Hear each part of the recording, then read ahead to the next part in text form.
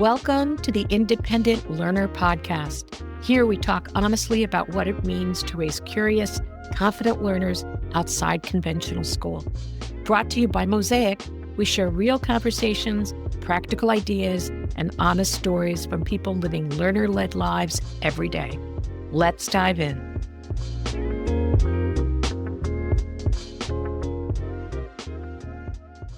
For many families, screens have become a daily source of tension, especially when a person seems deeply absorbed in gaming or digital worlds.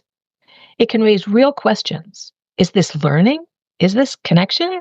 Or is this something being missed? But what if we're asking the wrong questions? In this episode, we'll sit down with Jordan Shapiro to explore a different lens, one that takes seriously what's happening inside digital environments for neurodivergent young people.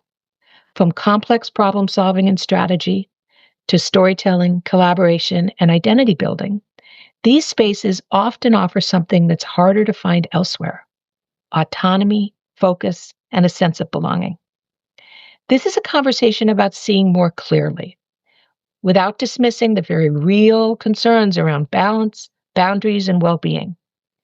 If you've ever wondered how to better understand your child's relationship with screens, this episode will give you a more grounded place to start. Jordan, thank you so much for joining us today. What a pleasure to be here. Thanks for having me. Awesome. Let's jump in with you starting a bit about your work. Please share with us your focus areas in the context of today's conversation. Yeah, so I started looking at kids and screens when my own kids were 2 and 4 years old. I think it's a long time now. My wife and I, my ex-wife now, we were divorced. We got divorced, and I wanted to spend time with my kids, and my kids wanted to play video games and watch screens. And while I wanted to spend time with them, telling them, hey, we need to go out and take a hike was going to feel like punishment to them. So I needed to find ways to connect, to support them, to find opportunities to have conversations that were on their own terms, not the, hey, let's have a serious conversation about your emotional thing. I wanted to cover all that stuff, but I needed to do it in a way that was comfortable and safe environment. And so I sat down and just started to play whatever games they were playing and asked them questions like, let me play, show me how it works, let me understand. And this just led to a deep curiosity, which made me do lots of research around, how do we understand what's happening when kids are playing games, when kids are immersed in screens. Most of the conversation that we hear about this is what I call the on-off switch conversation. It's either good or it's bad, and it's it lacks any nuance and any subtlety and any question about what's going on and what's the experience, and just becomes is this an evil temptation that we need to block out or time or do, not that those aren't legitimate concerns, but I wanted to understand in a much deeper way. So I really was studying, what does this new form of it's not so new anymore, but when my kids first started on it was very new. What is this new form of play? I wanted to understand where was it accomplishing the same benefits of play. There's so much research around the benefits of play, and so much research about how play shapes brain development and plays is brain development. So much research around how executive function and self-regulate and all of these things happen through play. And I became very curious about where, in what ways was the digital, what was digital play, were digital environments, what were the ways in which in which they were still able to accomplish those goals, and what were the ways in which the digital environments missed those goals. So this way I could be very intentional about thinking about what my kids needed and how to give them everything they needed without this attitude of sort of forbidding the thing that they were most interested in, which is what I didn't want to do. I wanted to figure out exactly what I needed to do to encourage the extra, and also to make sure that they got the most benefit out of it.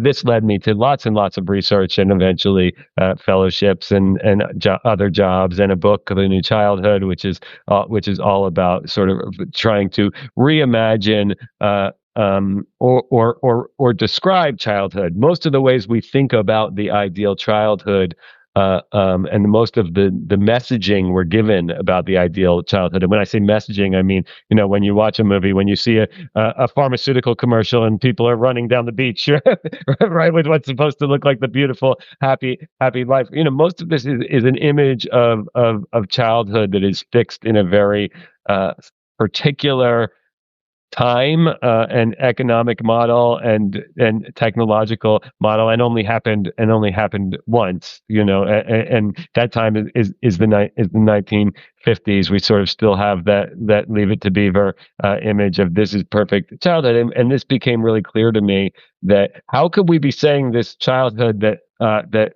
only one generation in one place of one ethnicity, race, gender was able to experience could be the essence of what all childhood is supposed to be. It just didn't make sense to me. So I sort of wanted to go, well, what is childhood now? And what's important in childhood, regardless of the economic period you're in, regardless of the political atmosphere, regardless of the context? What are the things that matter? And then how do we think about what our kids need from a changing context? Fascinating. Thank you for sharing. Yeah, my pleasure. And you talk about how to connect with kids. Boy, that really landed with me, my kids. When families see a young person deeply engaged in gaming, the instinct is often concern. What do you see that might be missing? You talked about, the good, bad, the honor. Yeah. Yeah, yeah. I mean, look, I think the first real problem we have about the way that people react to kids who seem obsessively absorbed in digital media is we forget that kind of obsessive is the wrong word, but I'll keep using it. That kind of obsessive dedication to a singular activity is developmentally appropriate and is true regardless of what the activity is, right? So one of the examples I often thought about while doing research was that if I tried to take Lego away from my kids when they were 8, if I every morning I would say to them time to go to school, and they'd be in the middle of building Lego and there'd be a temper tantrum because they had to stop playing Lego, right? That we teach this idea of self-regulation to be able to manage that, and that happens to young kids in all ways at the age, at an early age, preteen, pre-puberty, developmentally. You very much, your identity is caught up in the activities that you're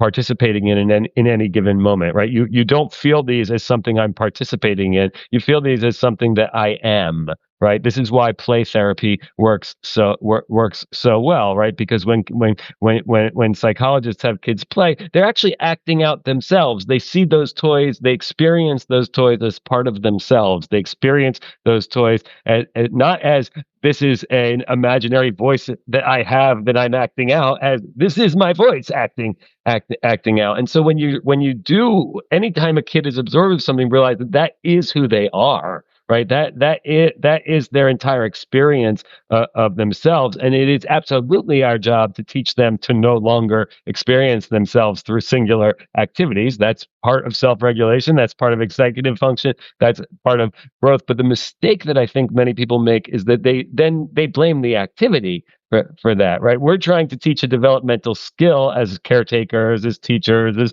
parents, as adults, right? Our job is to teach the developmental skill of being able to move away from that singular kind of thinking, and instead we just blame the thing for being the object of that singular kind of thinking. So the first thing we have to do is stop going, what's the object? Because there'll just be another one, right? There's just there's there when I was a kid, they often had to take books away from me, right? Because they were like, we can't even get you to pay attention to your cousins or your uncles or your, right? You just want to sit there in the corner and read a book. Well, that's a very singular focus in exactly the same way as a video game. And they were right. I needed to learn how to modulate the times where that's appropriate, the times where that's inappropriate. You know, the argument that you often hear around digital media is that the tech companies build these things that are constructed in order to be as sticky and to grab as much attention as possible.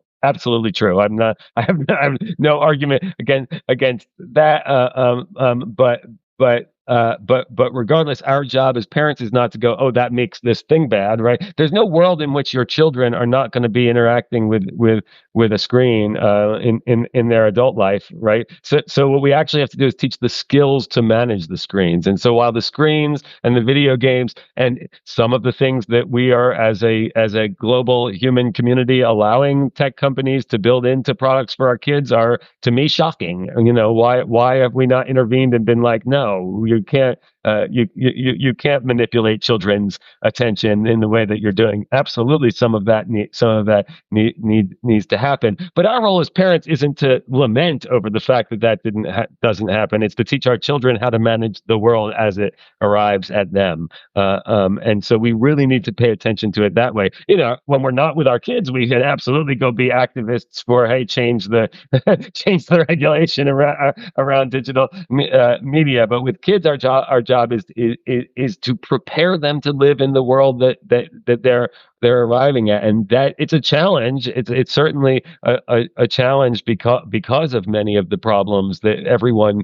I don't even have to list them. The problems around technology that presents a unique challenge. But what I see is mostly people not rising to that challenge and instead complaining that challenge exists. There's always a challenge. Every generation has a television was its own kind of challenge. There's always a challenge, and that's our job as as parents.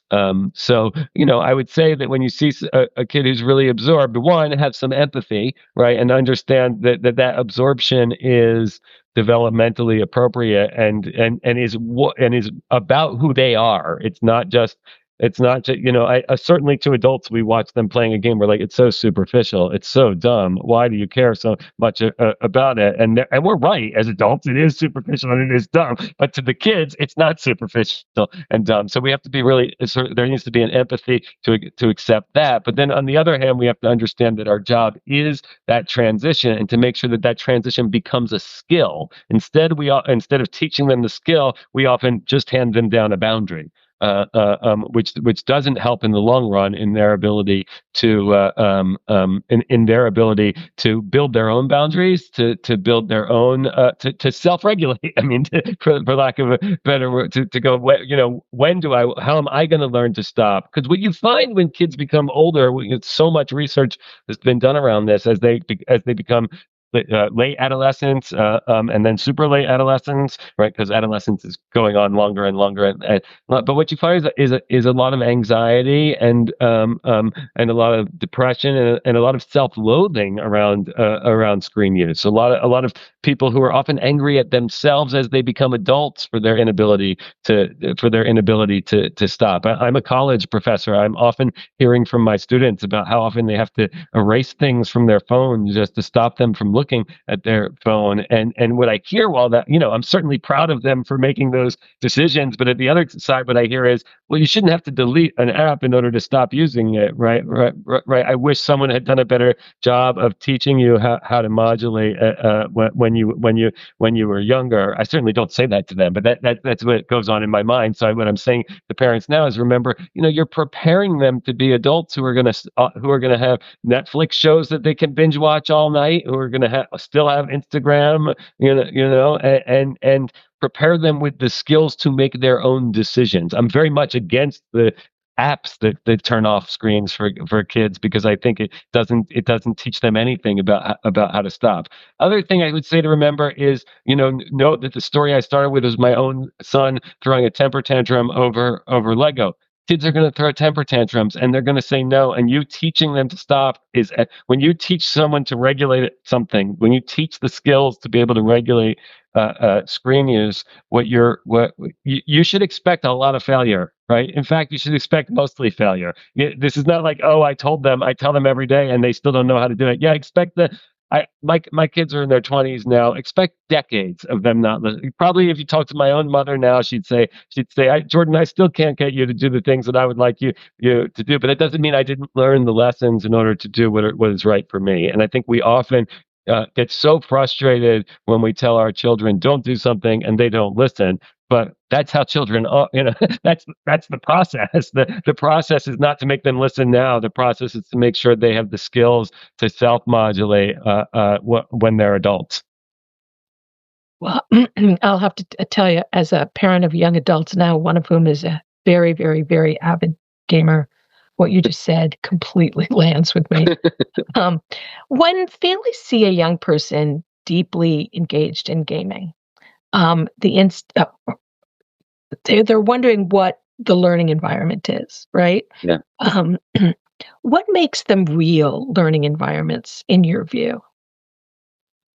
Yeah. Well, I mean, it's I mean, all environments are learning environments. This is the first thing we have to contend with. Where when you're walking down the street, you're learning something. We're organisms that respond to the feedback around us and learn to and learn to respond to that feedback. According to whatever needs.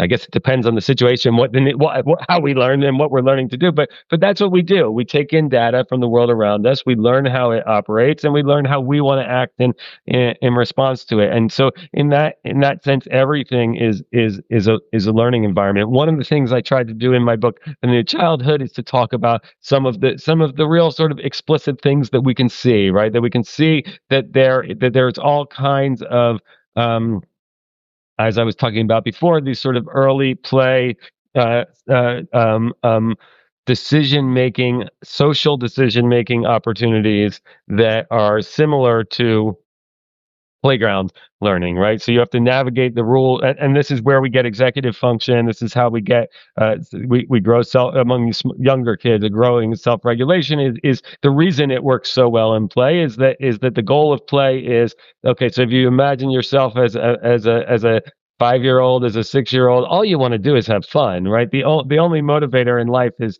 life is fun, and everything else is either providing that fun or disrupting that fun. And so you start to learn how to navigate the boundaries of a situation in order to maintain the fun, right? The sort of homeostasis of fun, right? You're just trying to maintain it. You're just trying to keep it going. And so a rule, learning to follow a rule. If you imagine kids playing ball on a playground, if I'm the one who decides I'm supposed to throw it to the guy to my left, and instead I throw it over my head and it's off the court, then everyone's mad at me. I've ruined the fun. So I learn, oh, don't do that, right?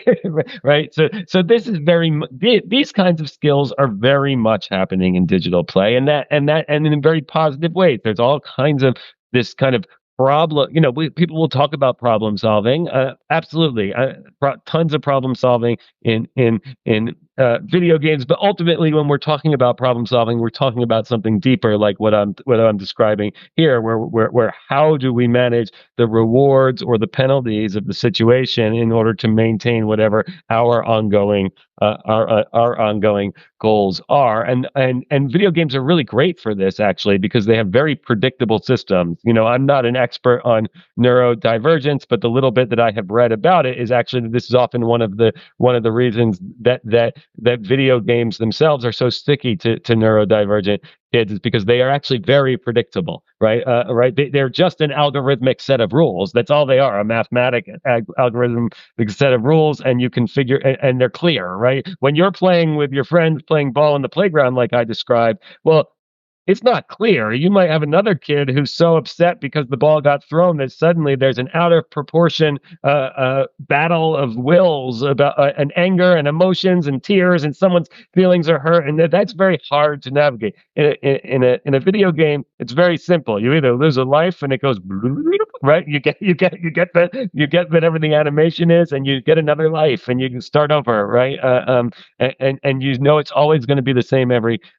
time. And so this becomes a very predictable language for learning how to manage rules. Also, think about what I just said when I say to you that basically an algorithmic math problem, because all games are built on an algorithmic math problem. That math problem is represented with something symbolic, right? That math, we often, whether it's aliens, whether it's plumbers, whether it's magic mushroom men, we've all played lots of games, right? Even Tetris, right? Right? These and its shapes, right? You have visual representation, symbolic representation. So you're learning how to solve puzzles using symbolic representation at the same time. All of that's happening. All of that's what's happening when you're reading a book. All of that's what's happening when you're in a classroom. All of that's what's happening when you're on a playground. This is the sort of everyday things. All we have here is a separate space. There are certainly things this space doesn't do that we should have that we should have some concerns about, right? Like it doesn't have it doesn't have the embodied feedback. It doesn't have the haptic feedback. It's certainly not physical, and that's a loss, right? That's not. There's no part of me going, I wrote in the New Childhood. I write a lot about understanding how the playground, how we should see a video game as a digital playground, and I sort of now that we're many years later, I sort of wish I had used a different metaphor because many people took that to think I was saying we didn't need playgrounds, and I was trying to say many of the same skills of the playground are also here. The playground has a lot of physical skills that aren't here, and a lot of physical ways of understanding things through your body. And so it's definitely not going to teach everything you need. It's definitely while it does build a space that can sort of be virtually embodied, a sort of simulated body. There is an avatar often in most games. There is still this sense of using a tool.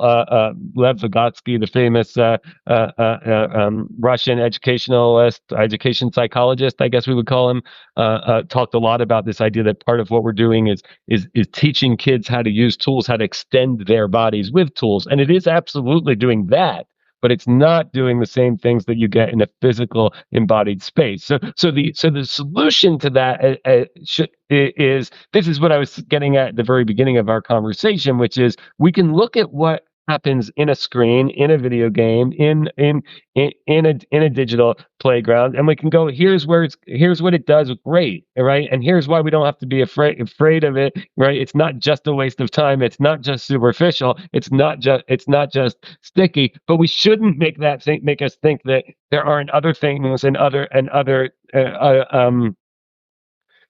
I don't know what objectives that we want to accomplish in terms of child development elsewhere. The mistake is that for us to decide that this one is bad actually means we're limiting our kids' opportunities to learn the skills in the context of the technology that is the predominant technology of their times, right? Right, right. It's sort of, it would be like, imagine I sent you to school and I was like, right, but I don't want you to have to ever use a pencil until you're 13, right? Right, right. Well, you'd be at a significant disadvantage from the people who were writing letters from the second they were born, right?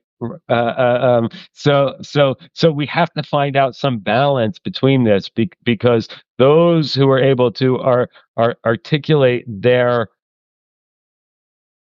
themselves, their identities. They, I don't know what word to use. Their vision of themselves.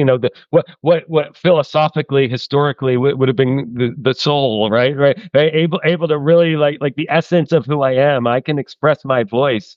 Those who can express their voice using the tools of the times are ultimately those who are going to be most fulfilled and most successful. I mean, the definition I'm using of success is that, right? Is that you are able to live your life in a fulfilled way within the context in which you exist. Well, to think that anyone can do that without some level of digital technology right now is naive. I think I'm not sure I'm happy about that. Like I want to let me be clear. Like my background is in philosophy. I teach classics. I'm not super happy about. I don't particularly like my phone. I'm not very happy about the fact that the world has moved to this place. But I think it's naive to pretend that we can stop that or that it's going anywhere. My next question was going to be on why do digital learning environments work particularly well for neurodivergent young people? And you touched on this. They're built on a predictable algorithm. Well, is there anything you want to add to that? By why we see this? No, I mean, I'm not really. It's not really my area of expertise, So I'd rather not say too much. I'm basically saying things that I've read from other people who are way more expert than me on this. I certainly have the way I tend to imagine that that's true, but as not an expert on that, I don't feel like it's my place to say why. But again, I think it is partially the predictability, and it is partially the it is the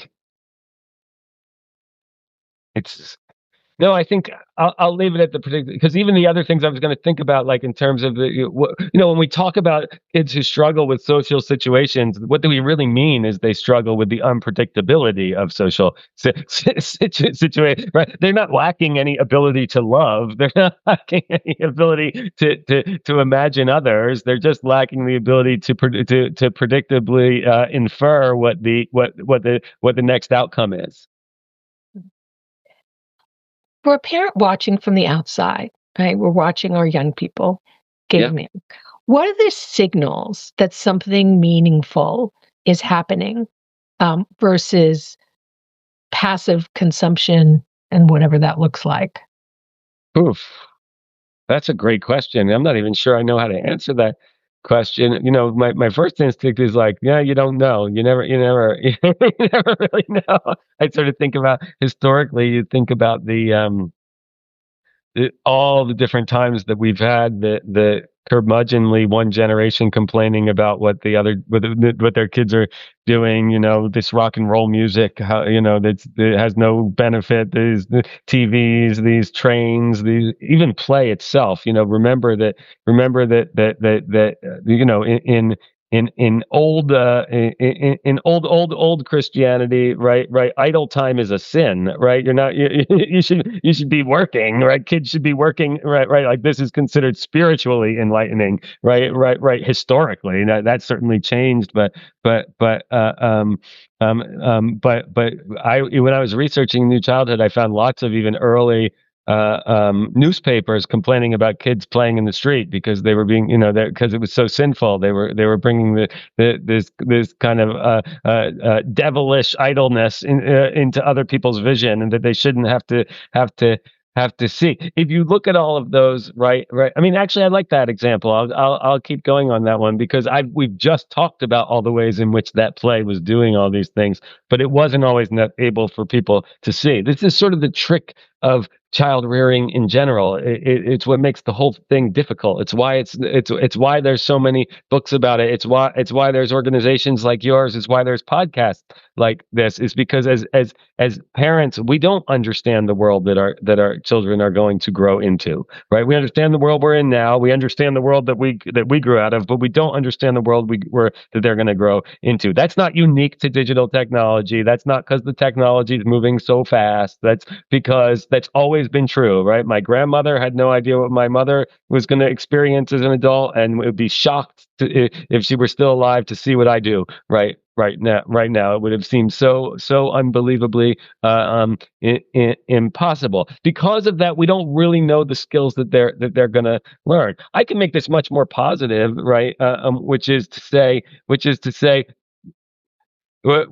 part of what's going on here is asking the wrong questions. The young people are making the future. So we're not just preparing them for a future that exists outside of what they're making through their learning, right? So they are absolutely learning, and by all measures of what counts as learning, to receive data and make some kind of decisions in it. Again, as I said, in everything, and our job is to make sure that they. And honestly, we don't have to worry nearly as much about any learning as we do, right? Like they're all going to learn whatever.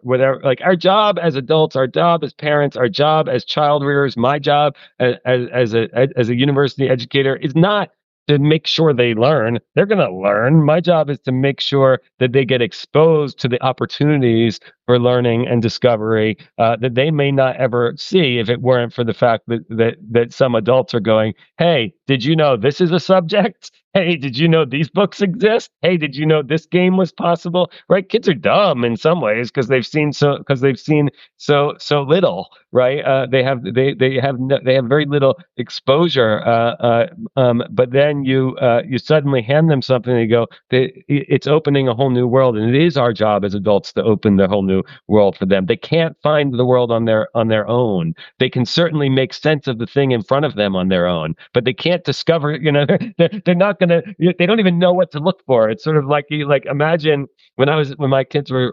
I'll never forget this. My oldest, he was probably like 3 or 4, and uh, um, I took him to a magic show. I was so excited to take him to the magic show because I love magic. I think it's so, and I was like, it's going to be great. You're going to love it. It's going to be amazing. And we get to the magic show, and he just doesn't get most of it because everything's still new to him. And he's like, wait, I didn't know there was a way you could pull a rabbit out of a hat. I hope someone will teach me how to do it, right? Because everything's new. There have to be rules of the universe first before you're amazed by how they're breaking, right? And that for young kids, those rules don't exist, and so we need to be introducing these things that they haven't they haven't experienced, and that's the more important question I think than going what are they learning, and the thing that they're doing is going are they getting enough variety of experience, are they getting enough diversity of experience, are they understanding all the different things that they can do with themselves as humans, right? How whether we think about that in a career sense or a leisure sense, like what do they have all the options? And that's hard because often kids, just like adults, like they're not always excited about new things, right? Right?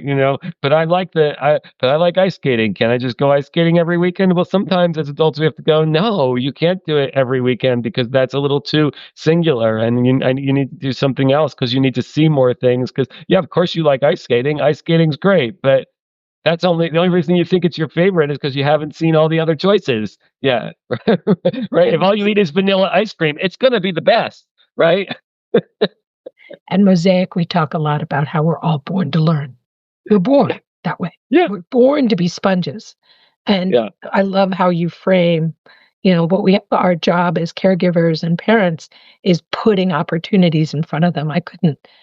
That really land. Drip more liquid into those sponges. That's it, all different kinds, all any juice you can think of, but more, and that's really important.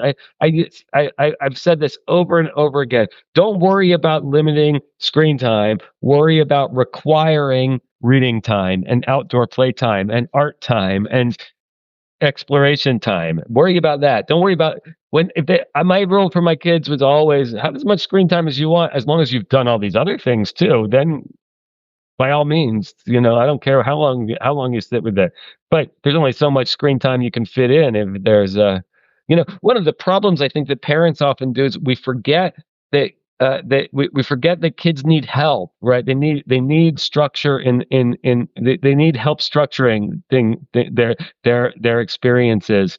And so we'll often be like, why do they want to play the iPad all day and not give them any other choices of what to play with, right? And then be like, if you're sitting there in an empty room and the only thing there is an iPad, right? Or I'm going to take it away and go now find something else. Well, that's not that realistic for a young kid. But if you hand them 5 different things in replacement, then you might see a difference. You're still going to see resistance, and you're going to see resistance after each thing they're enjoying when you take it away. Some more than others, but ultimately variety. You're trying to build as many neural networks as you possibly can. Well, actually, they're not really built; they're sort of pruned. Sort of a negative, but still, yes. How can families support a young person in turning a digital interest, passion into something more expansive? Whether that's creation, community, skill building. What does that look like? Yeah.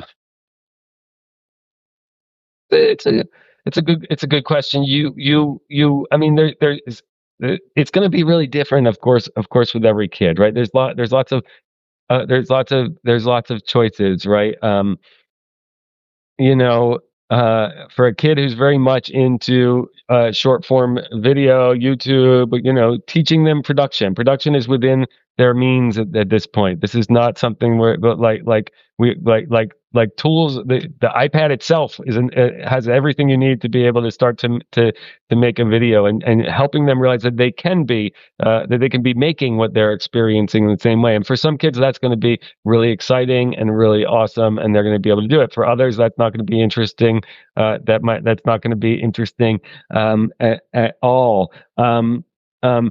Starting to move to other ways of, if you use like video games, for example, thinking about other ways of um, uh, um, getting them to use the same symbolic language.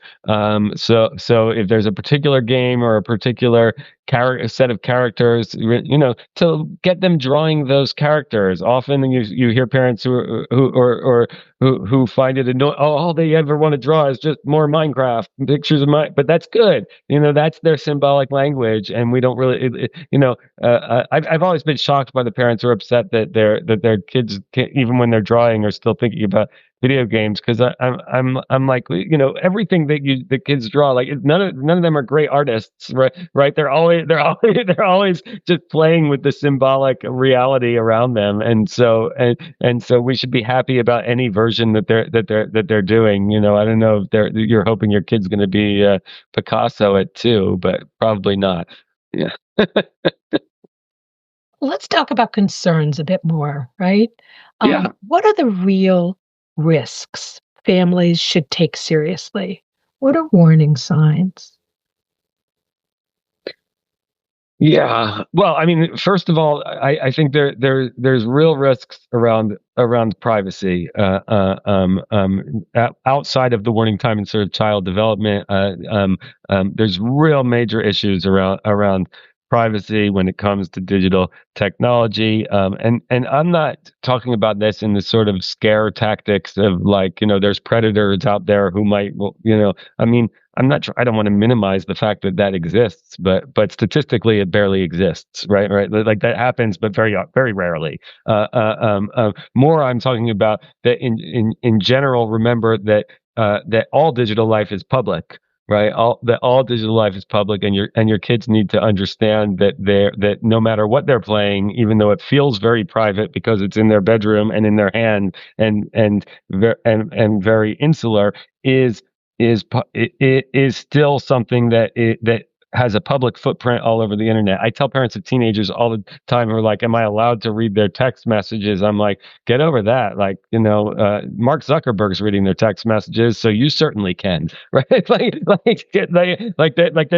They're not private, right? So we need to make sure kids understand that." Make sure kids understand and one way to make them understand it is to not give them any privacy on that as parents. That doesn't mean don't give them sovereignty or agency to make their own decisions, but it means, this is not something that's isolated. It is something that tricks you into being an isolated experience. And so that's a real big worry that I have, because we see we see adults all over the world right now who don't understand the degree to which their digital lives are actually public lives.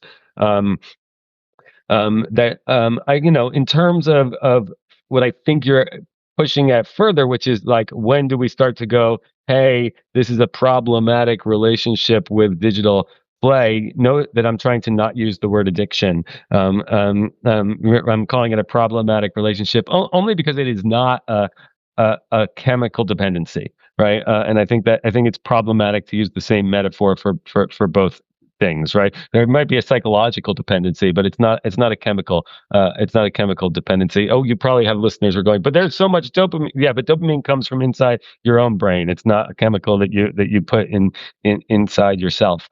Um, um, when there starts to be problematic, you know, Again, I think I've already answered that to some degree. If it's the only thing, if other things aren't actually happening, then intervention is required. It is not okay to let a kid be on a screen all day long. Okay, from a developmental, especially a young kid, especially a kid who's still in the very early ages where they're supposed to be developing language skills, where they're supposed to be, they need what's called serve and return experiences where for babies this is like the fact that you go, you want some food, don't you? The when we talk baby talk, what we're doing is and responding to their giggles, what we're doing is serve and return responses, starting to teach them how to react in response to their environment and showing them the environment provides feedback back. They need that. They need to be getting that not just from a singular source, but from a variety of sources. If they're playing one game all day long in the early ages, like before 10, as I said, they're absolutely getting some fee- feedback and learning some skills in response to the environment of this one thing, but they're not getting it in response to a variety of different sources, which allows them to think long term about how, in different situations, to do what's called code switching. Right? We're trying to build the early foundation to make the code switching is like um, it's like my kids grew up in a divorced household, so they understood very much there were different rules and different ways that you interact in different houses. They also knew there were certain words, certain bad words they were perfectly fine to say in my house that you didn't say when you were at grandma's house for dinner. Right? You learn that when you're very young. That's code switching. You have to learn how to right. But also we all do it. Right? We act differently when we're out with friends having a couple beers than we act when we're with our boss. Or I'm a teacher. I certainly act very differently when I'm in the university classroom than I do when I'm out with my friend. All of this is code switching. This foundation of code switching is those early serve and response interactions with multiple different experiences, so that you start to build the ability to go, hey, I need to be able to form a set of many different kinds of patterns and inferences to be able to make sense of my world. And I need to be able to go, hey, I know that 10 minutes ago I was in a situation where these were the rules, but now I'm in a different situation. And that's hard. That's the hard work of being a human that we all still deal with as adults, but we want to build that foundation early. So really the time to worry about your child is if it is the only thing happening. Right. If it is the only thing happening, we have a problem. If it's happening and it's their favorite thing, you don't have a problem. But if it's the only thing they're ever doing, they're going to struggle in other places later. Right. Doesn't mean there's anything, they're not bad. You haven't failed, but it means they're going to have to struggle to learn those skills at a time where it's much harder to learn those skills. There's no way out of having to learn those skills, right? Even no matter who you are as a child, right? If you're a neurodivergent child, you may struggle with some of those skills, but you're going to have to find ways to work on it in the long term in order to navigate the world, right? So we need to build that foundation no matter what from the earliest years, and it's hard. And it's hard for adults too, though. I mean, it's the reason we have arguments with our coworkers, the reason we have arguments with our spouses is exactly this. We don't we're none of us are experts at being able to constantly meet our surroundings in the best possible way. That's why we all lose our patience sometimes and lose our tempers sometimes, and that's human, and that's fine. I mean, we should all try not to, and we should all try to learn in new ways in order to manage it better, but we shouldn't expect much from ourselves. My final question, Jordan, this is wonderful. Are there one or two things you wish parents took away from this discussion? And what would they be? The most important thing I want to make sure the parents remember, because I think it's the hardest thing to keep reminding yourself, like say it to yourself once a day, is remember, I'm not trying to make perfect kids. I'm trying to make perfect adults. Don't get frustrated when the kids don't act the way you want them, because all you're trying to do is to make sure that when the parents aren't there, when they're 30, right? I'm not trying to make perfect children. I'm trying to make perfect 30-year-olds, right? That's your goal. You're building the foundation now for perfect 30-year-olds. And I'm saying that because I want to make sure parents understand how much failure there is, right? How the act of parenting is the act of you tell them one thing, you think that they got it, and they get it for once, one day maybe, and then the next day you have to nag them again and again and again and again and again, and there's not my kids. My kids every single day put your dishes in the dishwasher, wash your dishes. It felt like there were days where I was like, they must be being passive aggressive, because how could anyone forget to do it that many times when I say it every single day? Then they get to college and they call me and they go, Dad, none of these kids know to put their dishes in the dishwasher. I went, oh, good, it worked. It worked. It wasn't fun, but they certainly learned the lesson in the long run about how to clean up after themselves. Right? I never got to see it. They still don't do it in my own house, but at least I know I put people in the world who know how to have who know how to interact with their world in a way that is in accordance with my values, because that's really our job as parents. We're everything that we're teaching them, everything that they're teaching themselves, everything that we're introducing to them, everything that happens in schools or out of schools. Ultimately, what matters to us is that they learn how to use these tools and these languages in ways that maintain our values. Right? I want to make sure that I put kids out into the world who are kind, who are compassionate, and who care, right? And everything else, it has to facilitate that goal. There's no other reason for it, right? I'm not looking for people to be. I'm not trying to make people who are really good at math so they can be greedy and nasty, right? I want them to be really good at math so that maybe they can engineer some great thing that will save the world, right? Or just just do the books well in a way that the community that serves their own community. But certain, just remember our goal is to raise 30-year-olds who move through the world in accordance with our values. I love it. Jordan, thank you so much. My pleasure. Really appreciate it. I feel at the center of this conversation is a simple and challenging idea, right? That learning doesn't only happen in the places we expect it to. For many neurodivergent young people, digital worlds are not an escape from learning. It's actually where it finally clicks. You touched on that. And where it clicks for other young people as well. And where focus becomes more easily attainable, where skills build naturally, where connection feels real at that time, at that stage in their life.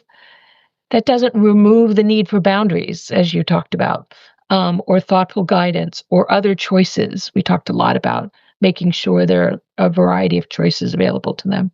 But it does ask us to look more closely before we limit something that actually might be working. And I really appreciate that part of this conversation.